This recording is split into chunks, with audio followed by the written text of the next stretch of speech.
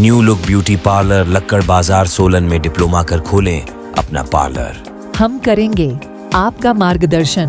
स्वावलंबी बनने का सुनहरी मौका। जल्दी करें, सीट्स लिमिटेड हैं।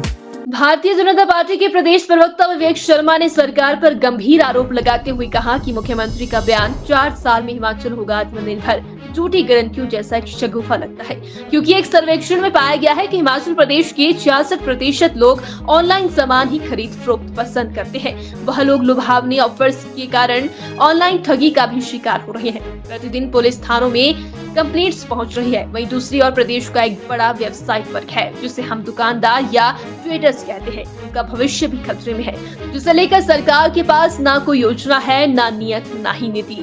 ऑनलाइन व्यवसाय के कारण उत्पन्न हो रही अनइथिकल प्रैक्टिसेस पर सरकार नियंत्रण करने में असफल साबित हो रही है, जबकि व्यापारियों का हित रखते हुए सरकार को कंपटीशन कमीशन ऑफ इंडिया में व्यापारी वर्ग की पैरवी करनी चाहिए। लेकिन ऐसा संभव नहीं होगा, क्योंकि सरकार के दामाद सरकारी अधिकारी आराम कर रहे हैं। कर्मचारी सीसीआई को लेकर अनभिज्ञ है। वह सरकार अंतर्कलह से ग्रसित है, जबकि अंतर्राष्ट्रीय वर्ल्ड ट्रेड साइन करते समय 1994 में तत्काल नरसिम्हा राव सरकार जिन छोटे व्यापारियों के हितों को लेकर अज्ञानता की स्थिति में थी, तत्कालीन वाजपेयी सरकार ने 2002 में कंपटीशन कमीशन भारतीय प्रतिस्पर्धा आयोग का गठन किया था, ताकि भारत में सदियों से चल रहे बाजार व उनकी रौनक बरकरार रहे। वर्तमान केंद्र सरकार ने एक कदम आगे बढ़ते हुए 2023 में व्यापारियों के हित में कई नए कानून परिवर्तन प्रतिस्पर्धा को लेकर किए व उनके व्यापारिक हकों को सुरक्षित किया है।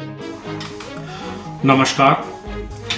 मुख्यमंत्री जी का बयान 4 साल में हिमाचल होगा आत्मनिर्भर झूठी गारंटियों जैसा एक शगुफ्ता लगता है, क्योंकि एक सर्वेक्षण में पाया गया है कि हिमाचल प्रदेश के 66% लोग ऑनलाइन सामान की खरीदो फरोख्त करना पसंद करते हैं। वह लोक लुभावने ऑफर्स के कारण ऑनलाइन ठगी का शिकार भी हो रहे हैं।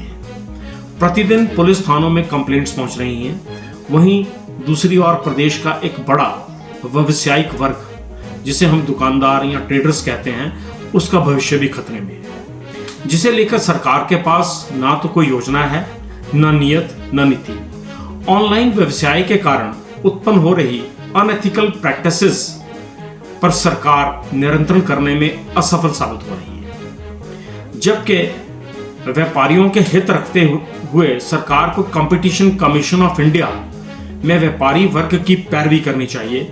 लेकिन ऐसा संभव नहीं होगा, क्योंकि सरकार के दामाद सरकारी कर्मचारी अधिकारी आराम कर रहे हैं। वह कर्मचारी सीसीआई को लेकर के अनभिज्ञ हैं।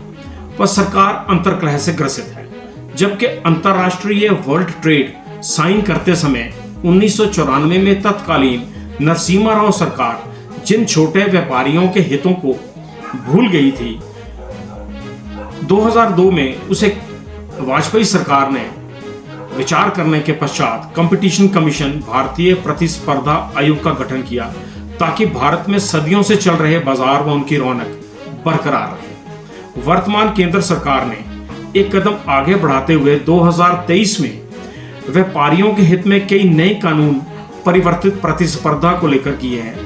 वह उनके व्यापारिक हकों को सुरक्षित किया है। दुर्भाग्यवश प्रदेश सरकार जो रोजगार की झूठी गारंटियां देकर सत्ता में आई है, उन्हें कम से कम स्वयं रोजगार में लगे छोटे व्यापारियों के हकों की लड़ाई सीसीआई के समक्ष उठानी चाहिए। ऑनलाइन की प्रतिस्पर्धा का मामला अवश्य उठाना चाहिए, ताकि जिसे केवल व्यवसायिक व्यापारी वर्ग को राहत ही नहीं मिलेगी, अपितु वित्तीय संकटों का रोना रो रही सरकार को जीएसटी कलेक्शन में भी लाभ होगा। आज ऑनलाइन सामान बेचने वाली बहुत सी कंपनियां जीएसटी की चोरी कर रही हैं। कोरियर के माध्यम से प्रदेश में आ रहा सामान कंज्यूमर एंड पर खत्म हो जाता है, जिसके बिल का कोई रिकॉर्ड मेंटेन नहीं होता। डायरेक्ट मैन्युफैक्चर से कंज्यूमर तक जाने वाला सामान पर टैक्स की चोरी बड़े स्तर पर हो रही है, और जिसका कोई रिकॉर्ड भी मेंटेन नहीं होता किसी भी विभाग के पास। बड़ी ऑनलाइन सामान बेचने वाली कंपनियां जिस प्रकार 80 से लेकर के 90% डिस्काउंट ऑफर कर रही हैं, यह मिनिमम सेल प्राइस व टैक्स चोरी का मामला है। यह प्रतिस्पर्धा कानून का उल्लंघन है।